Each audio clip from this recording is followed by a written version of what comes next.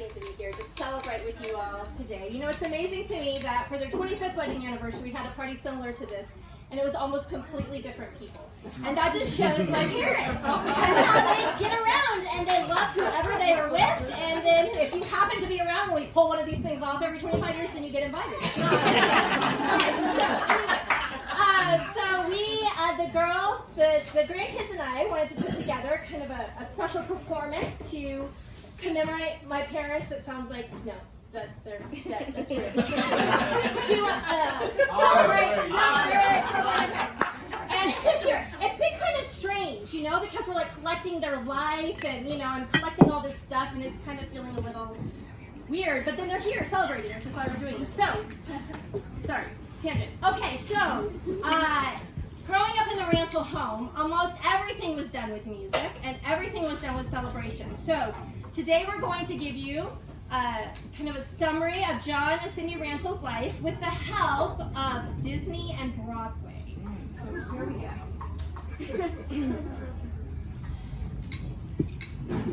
All right. So John and Cindy's life inspired by the music of Disney and Broadway. This is the greatest show! John and Cindy were born 36 days apart in 1949. Penguin bottom, penguin on my bottom. Penguin bottom, penguin on my bottom. Penguin bottom, penguin on my bottom. Penguin bottom, penguin on my bottom. Penguin bottom, penguin on my bottom. Penguin bottom, penguin on my bottom. Penguin bottom, penguin on my bottom. Penguin bottom, penguin on my bottom. Penguin on my bottom. Penguin bottom, penguin on my bottom. It's the sun! John's father was a jet pilot serving in World War II and in Korea, so they moved around a lot, and as any military kid will tell you, that is not easy. It's a hard knock life for us. It's a hard knock life for us. Cindy's father also served in World War II, but then settled down in Houston in the oil business. However, when Cindy was 9, Jolly Johnson took a position which moved his family to Bolivia for 2 years. See the line where the sky meets the sea, it calls me, and no one knows how far it goes. If the wind and my sails on the sea stays behind me, one day I'll know. If I go, there's just no telling how far I'll go. After college at Florida State and the University of Texas, John and Cindy both moved to Houston to be near their families and the comforts of home. All I want is a room somewhere far away from the cold night air, with one enormous chair. How wouldn't it be lovely? A mutual friend of their mother's suggested that they meet. Matchmaker, matchmaker, make me a match. Find me a wine, catch me a catch.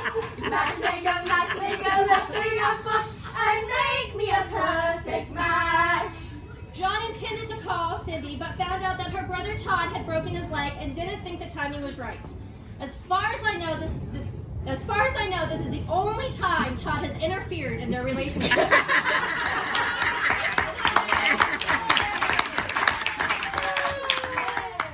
So 6 months later, after returning from a trip to Europe, The hills are alive with the sound of music.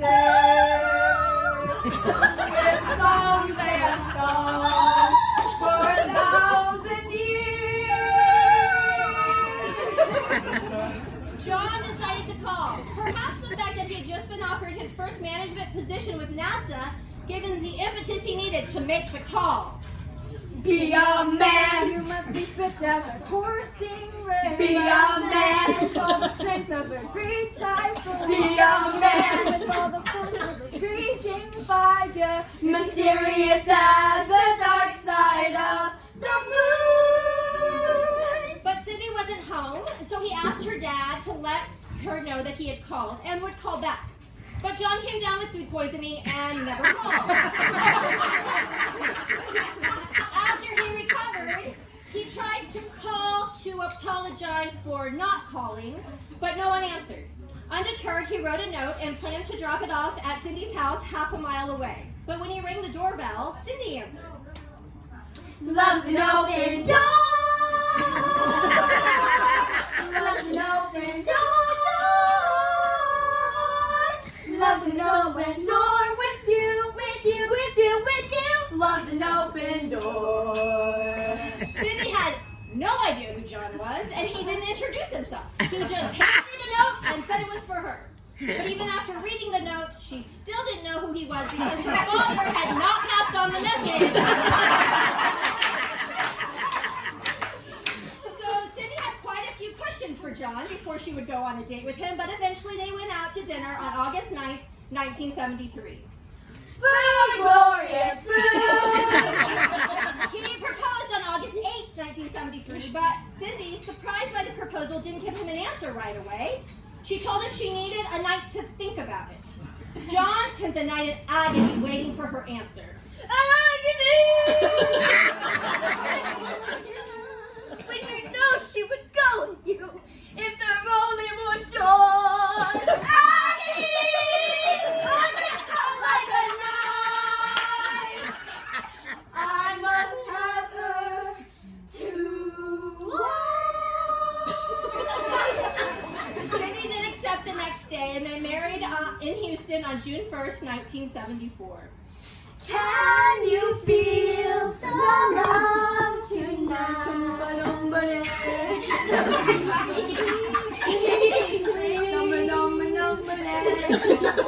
For once in perfect harmony with all its living things.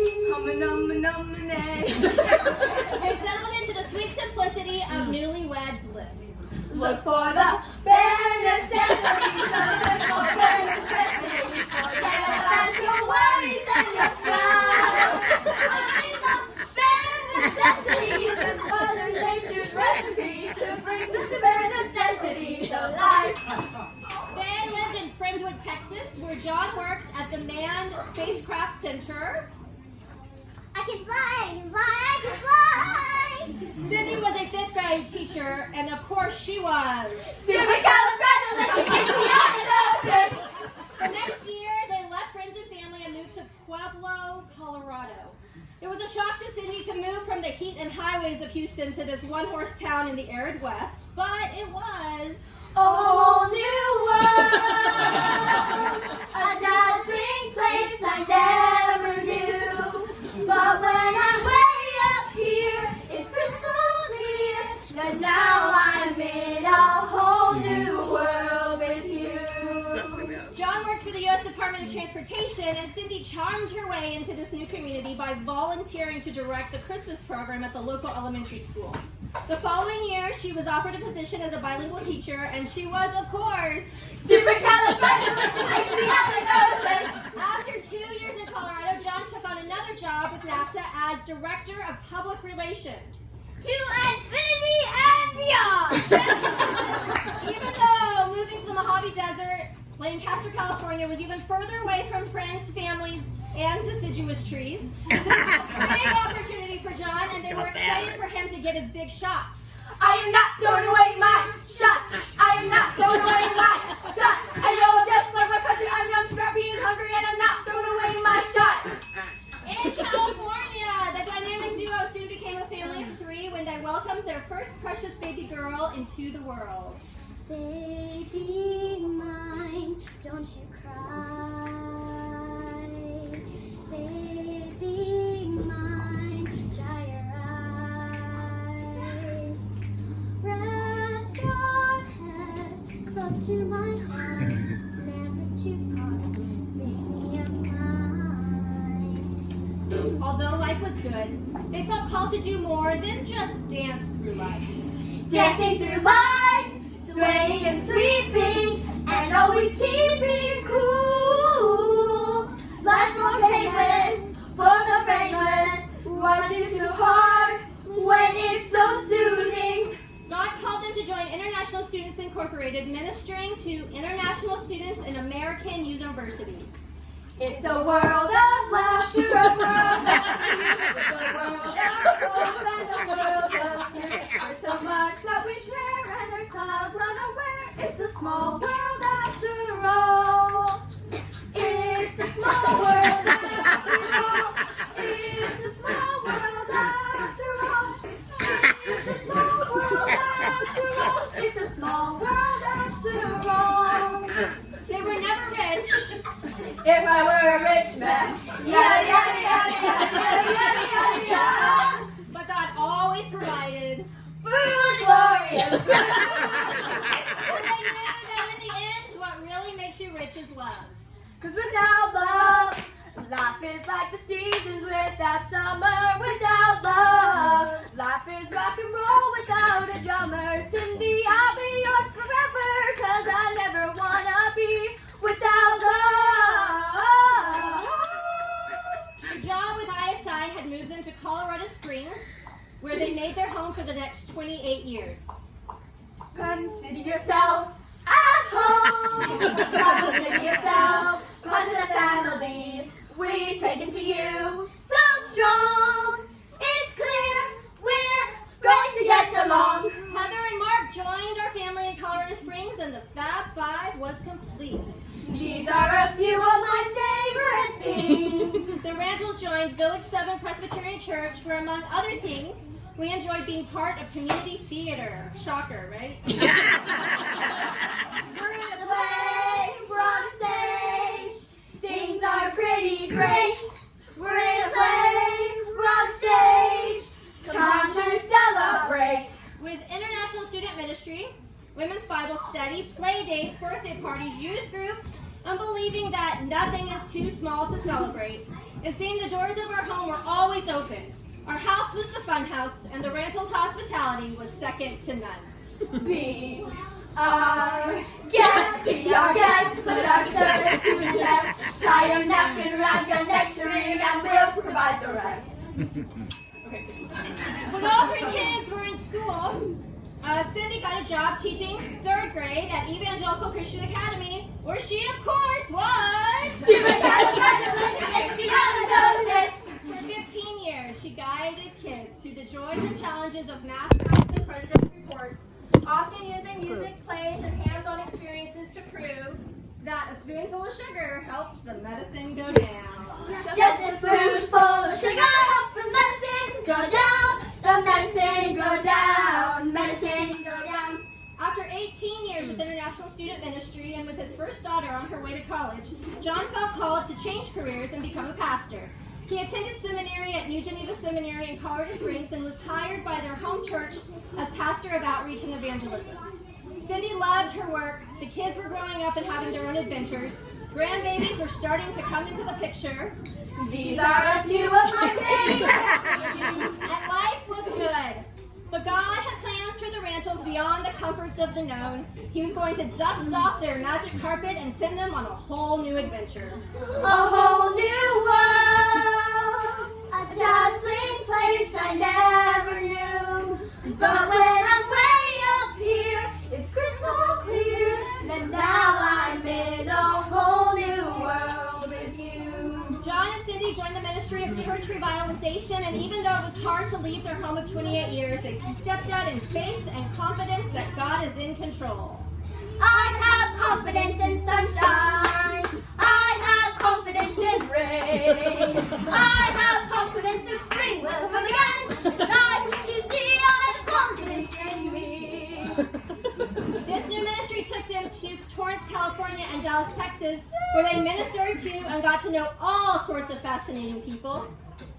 Getting to know you, getting to know all about you. Including their dear friends Roger and Christine Moore. Christine has come all the way from Oregon today.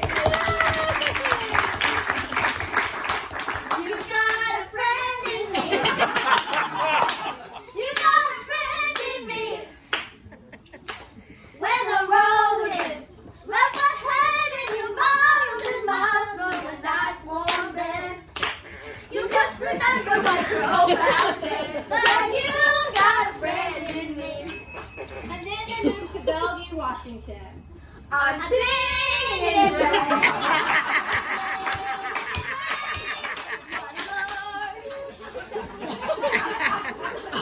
Even though life on the West Coast was wonderful, there were 5, soon to be 6 grandkids. These are a few of my favorite things. On the East Coast, plus a prayer warrior named Janine Mayer. Brooklyn, King's Chapel. In November of 2014, they made their big coast-to-coast move. They first landed in Virginia, where my family, are we okay? Okay. Where my family, the McClures, were living for a while, and they lived part-time with us in Virginia, and part-time with the Greens in Brooklyn. A pair of new shoes with matching laces, a permanent box with the sheep's head braces, strumming on ride with the sour pippa, personal close with the wooden nipple. Look at me, I'm the king of New York!